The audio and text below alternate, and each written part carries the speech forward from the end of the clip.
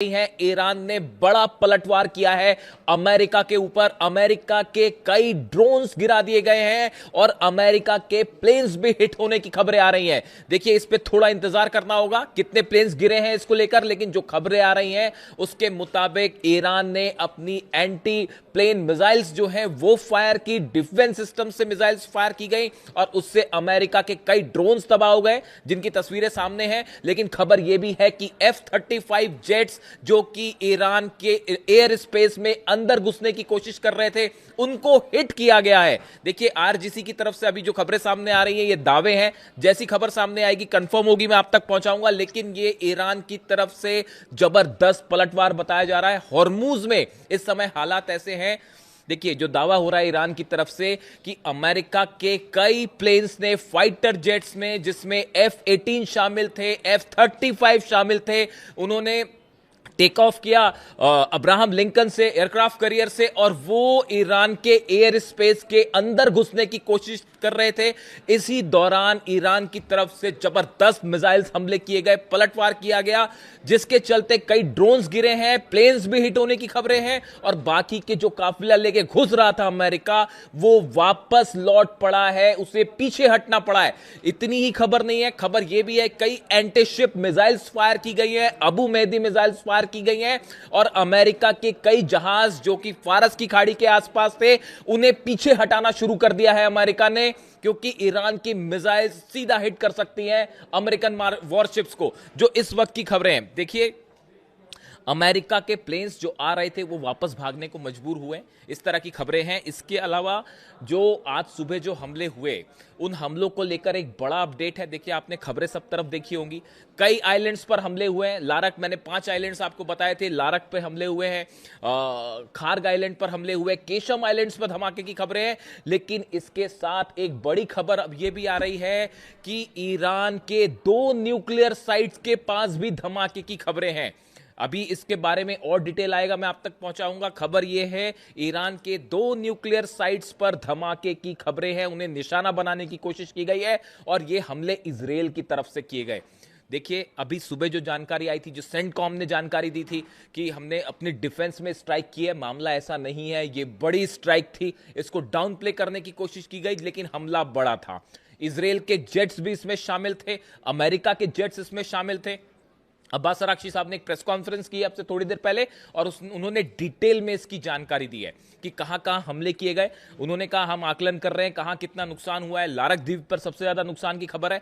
अब उसके बाद ईरान की तरफ से बड़े ऐलान हुए हैं। पहला, इस समय जब मैं आपसे बात कर रहा हूं, हॉर्मूज में अच्छी खासी भिड़न जारी है, दोनों तरफ से हमले इस वक्त भी जारी हैं और ईरान ने बड़ा मिसाइल लॉन्च किया है हॉर्मूज के आसपास, अमेरिकन जहाजों पर, अमेरिकन एयरक्राफ्ट पर। अब देखिए, इसके अलावा जो खबरें हैं, ईरान की तरफ से 2 बड़े एक्शन हुए हैं। पहला तो ईरान के सुप्रीम लीडर मुस्तफा खामनेई का बयान सामने आया है। उन्होंने ये बात साफ कर दी है, उन्होंने कहा है कि जिस तरह से ईरान पर हमले किए गए, इसका बदला लिया जाएगा। उन्होंने इजराइल को कैंसर बताया। उन्होंने ये कहा जैसे कैंसर का ट्यूमर होता है, उस तरह से इजराइल है और इजराइल को नक्शे से मिटा दिया जाएगा, इजराइल को खत्म कर दिया जाएगा। इस तरह की बात, इस तरह का संदेश मुस्तफा खामनेई साहब की तरफ से आया है। जिस तरह से हमले हुए उसके बाद, यानी अब यह तय माना जा रहा है कि ईरान इजराइल पर एक बड़ा अटैक करेगा। और देखिए, अगले चंद घंटे बहुत बड़ा डेवलपमेंट हो सकता है और शायद हम वैसी जंग फिर से देखें जो 40 दिन की जंग थी। इसके अलावा देखिए, बड़ी खबर यह है, ईरान के विदेश मंत्री अब्बास अराक्ची साहब रूस जा रहे हैं। अब से थोड़ी देर में वो रूस के लिए रवाना हो जाएंगे, उनकी पुतिन से मुलाकात होने जा रही है। देखिए, हालात यहां पर तेजी से बदल गए हैं, बिगड़ गए हैं। यूक्रेन और रूस के बीच में बड़ी जंग छिड़ चुकी है। जिस तरह से हमले कर रहे हैं पुतिन, देखिए पुतिन ने 5 न्यूक्लियर मिसाइल्स दागी हैं पिछले 48 घंटे के अंदर यूक्रेन पर। अब मामला बिगड़ता दिख रहा है। और उसके अलावा लावरोव की बात हुई है मार्को रूबियो से, अमेरिका के विदेश मंत्री से, और लावरोव ने, रूस के विदेश मंत्री ने यह बात साफ कर दी है कि जब तक अब यूक्रेन को हम घुटने पर नहीं ले आएंगे, तब तक ये हमले नहीं रोके जाएंगे। जिस तरह से लुहांस्क पर हमला हुआ, कॉलेज के ऊपर, एक डॉर्मेटरी पर हमला हुआ जहां पर स्टूडेंट थे, जिसमें कई सारे स्टूडेंट मारे गए। ये वैसा ही हमला था जैसे मिनाब में स्टूडेंट्स के ऊपर 168 बच्चियों के ऊपर हमला हुआ था, बिल्कुल वैसे ही हमला लुहांस का था, जिसके बाद पुतिन बेहद गुस्से में है। 5 न्यूक्लियर मिसाइल्स फायर की गई हैं, 5 तरह की न्यूक्लियर मिसाइल्स, 5 तरह की न्यूक्लियर मिसाइल्स, जिसमें ऑर्शनिक भी शामिल है, कैलिबर भी शामिल है, इन सबको फायर किया गया है यूक्रेन पर। और बिल्कुल वैसे ही जंगी हालात अब देखने को मिल रहे हैं ईरान और अमेरिका के बीच में। देखिए, मैं फिर से इस बात को रिपीट करूंगा, पूरी दुनिया में जितने पत्रकार हैं, जितने न्यूज़ चैनल्स हैं, जितने पॉडकास्ट चल रहे हैं, सबका स्टैंड ये था कि ईद के पहले हमला नहीं होगा, हज के बीच में हमला नहीं होगा। आप मेरा वीडियो उठा के देखिए, मैंने दावा किया था आपको कि हज के बीच में ही हमला होगा, ईद से पहले हमला होगा। और देखिए, ये खबर एक बार फिर सच साबित हुई। इसकी बड़ी वजह थी, देखिए कई लोगों ने मुझसे पूछा, आज सुबह से कई फोन्स आ गए हैं मेरे पास, और सब ये पूछ रहे हैं कि आपने ये दावा कैसे किया था कि ईद के पहले पहले हमला हो जाएगा, हज के बीच में हमला होगा। कई लोगों ने ये सवाल पूछे। आप इकलौते ऐसे पत्रकार हैं जिनका ये दावा था कि हज के बीच में हमला होगा, ईद के पहले आपने कैसे दावे किए? देखिए, इसकी 2-3 बड़ी वजह थी। सबसे बड़ी वजह अगर आपने नोटिस की हो, जिस आनन फानन के साथ सऊदी में डिफेंस सिस्टम तैनात किए गए पिछले 48 घंटे में, वो बड़ा ही अस्वाभाविक था। इसी तरह के डिप्लॉयमेंट यूएई ने भी किए हैं। आप देखिए, सऊदी में मक्का मदीना के आसपास, काबा के आसपास जिस तरह से डिफेंस सिस्टम तैनात किए गए, ये यूजुअल प्रोसेस नहीं थी।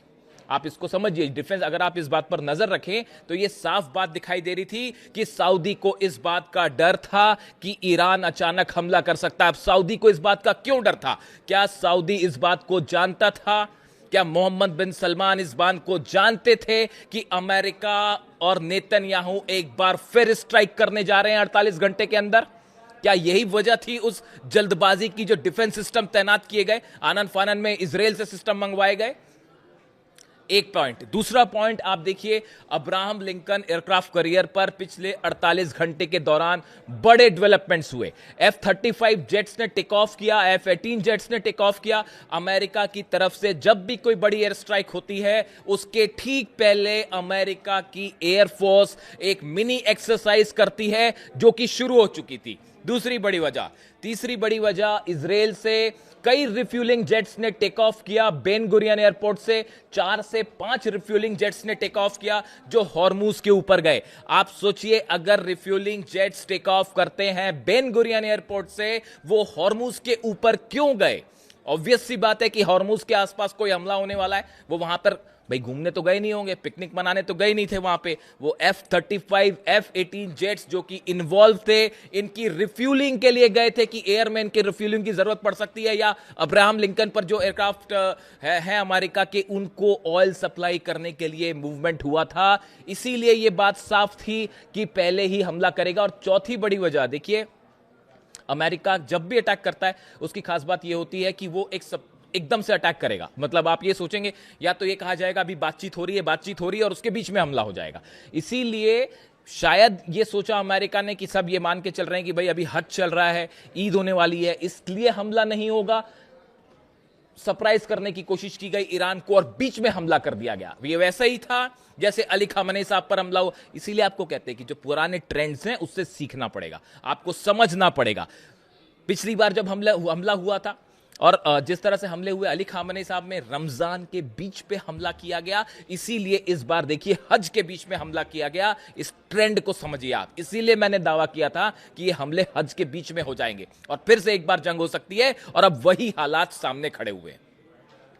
एक बार फिर धोखा हुआ। बड़े सारे लोग मुझसे पूछ रहे थे कि भाई आप डील के पक्ष में क्यों ना हो, किससे डील की जाए और क्या डील की जाए, उनसे जो हमले कर रहे हैं कैसे डील हो सकती है। बड़े बड़े तमाम दावे हुए, कितने लोग जो है वो खबरें चली कि अब ये डील हो गई है, वो डील हो गई है, ईरान यूरेनियम दे देगा। सब बेसलेस और फर्जी खबरें थी जो फैलाई गई थी पब्लिसिटी स्टंट के लिए। हमने डंके की चोट पे बात कही थी कि डील नहीं होगी, ईरान यूरेनियम देने का कोई सवाल ही नहीं है। और देखिए ये खबर भी साबित हुई। याद रखिएगा इस बात को। जितने दावे हमारे हो रहे हैं, बड़ी रिस्पॉन्सिबिलिटी के साथ मैंने दावे किए और सब के सब सच साबित हो रहे हैं। आप उठा के देख लीजिए, क्या किसी और शख्स ने यह बात कही थी कि हज के दौरान हमला होगा या ईद के पहले हमला होगा? सिर्फ हमने कहा और यह खबर साबित हुई सच। और आप और देखिए, ईरान की तरफ से बहुत बड़े पलटवार की तैयारी कर ली गई है। और जो मुस्तबा खामनेई साहब का जो संदेश आया है, हम इजराइल को मिटा देंगे, ये एक संदेश है इस बात का, ये इशारा है इस बात का कि इजराइल के ऊपर बहुत बड़ा हमला होने जा रहा है। देखिए ये हमले क्यों हुए, इसकी कई वजह भी सामने है। सबसे बड़ी वजह है तो ईरान जो है अपेरेंटली कि भाई ईरान अपना यूरेनियम देने को तैयार नहीं है। ये बात साफ बता दी गई है अमेरिका को। जितने 5 देश अरब देशों के निगोशिएट करना चाह रहे थे, पाकिस्तान के नेता वहां पे थे, आर्मी जनरल वहां पे थे, इन सबको साफ साफ बता दिया गया था ईरान अपना यूरेनियम नहीं देगा, हम न्यूक्लियर मुद्दे पर कोई बात नहीं करेंगे। तमाम दावे हो रहे थे यूरेनियम यहां चला जाएगा, यूरेनियम वहां चला जाएगा, सब फर्जी खबरें थी, फैलाई गई थी। बात नंबर 1। बात नंबर 2, आप देखिए एक बड़ी लॉबी काम कर रही है। आप मेरा कल का वीडियो उठा के देखिए, मैंने कई लोगों के नाम लिए थे जो खबरें हैं वेस्टर्न मीडिया में, खबरें हैं। देखिए मार्क डूडोविट्स डोनाल्ड ट्रंप के करीबी हैं, लिंडसे ग्राहम आप जानते ही हैं, टेड क्रूज, ये वो नाम है, ये इनको बड़ी लॉबी माना जाता है इजराइल की, जो कतई नहीं चाहते कि किसी तरह की डील हो जाए। नेतन्याहू कतई डील नहीं होने देंगे, और अगर डील होती भी है तो उसको फिर से तोड़ दिया जाएगा जैसे 2015 के पैक्ट को तोड़ा गया। इसीलिए ईरान विश्वास करने को तैयार नहीं है, इसीलिए मुस्तफा खामेनी कह रहे हैं कि हम विश्वास नहीं करेंगे। और अब हालात ये है, देखिए बड़ी इस समय ईरान खास तौर पर हॉर्मुज में, चूंकि हमले आइलैंड्स पर हुए इसलिए अभी पूरा फोकस जो है हॉर्मुज में, और हॉर्मुज में इसको जंग कहते हैं, सीधी सीधी जंग छिड़ी हुई है। लेकिन अगले चंद घंटों में ईरान की तरफ से बड़ा मिसाइल अटैक हो सकता है। और देखिए अब्बास अरागची साहब तुरंत पुतिन से मिलने भी जा रहे हैं, हो सकता है कि इस मुलाकात के बाद एक्शन देखने को मिले। लेकिन फिलहाल ईरान की तरफ से हॉर्मुज में कई मिसाइल्स फायर की गई हैं, और उसमें अभी कितना नुकसान है अमेरिका को, ये थोड़े वक्त पर सामने देखने को मिलेगा। लेकिन अभी हालात ये है कि ये बात साफ हो चुकी है कि कोई डील जैसी संभावना नहीं है, पूरी तरह से खारिज है। अब्बास अरागची साहब की प्रेस कॉन्फ्रेंस थी अब से थोड़ी देर पहले, और जो बातें उन्होंने कही, उन्होंने कहा कि हमारे को बिल्कुल बदला लेने का पूरा अधिकार है। उन्होंने कहा इंटरनेशनल लॉ, यूनाइटेड नेशंस के चार्टर को अमेरिका ने तार तार कर दिया है। हम एक बार फिर बात कर रहे थे, इजराइल की तरफ से बीच में ये हमले हुए हैं, तेहरान पर भी हमले हुए हैं, तेहरान के आसपास भी धमाके हुए हैं, 2 न्यूक्लियर साइट्स पर धमाके की खबरें हैं।